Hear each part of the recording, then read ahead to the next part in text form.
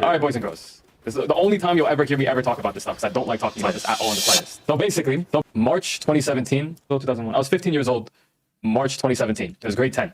We had this one friend who we will name Russell. Russell had a house very far away. It was like in the hills of this place that we used to live. It was like an hour and a half away.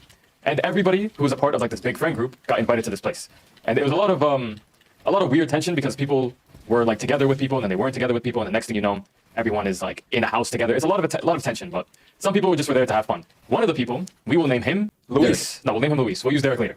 Luis was also in grade 10. Luis was someone who was 6'4" in grade 10, being 15 years old. He was a beast, this guy. Very heavy guy too.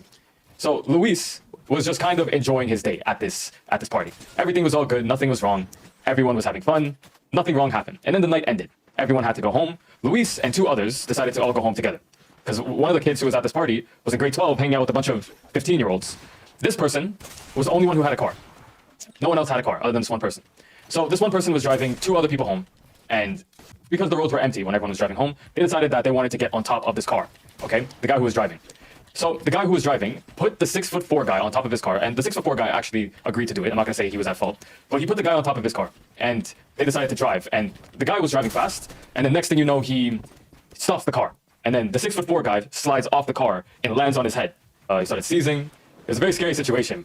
Yeah, it was the whole situation. The guy was like in the hospital for like a few months and he almost died. But that was a crazy situation. After that, everyone was like super cautious. No one was messing around or anything. And yeah, that's my story about a party story. After that, I think my parents were like, no more. You're not allowed to go out. What would happen if it was you? And it was a big deal in grade 10. But yeah, the freshman slayer still stayed at the school even when we were in grade 12. So like throughout high school, the freshman slayer was just out there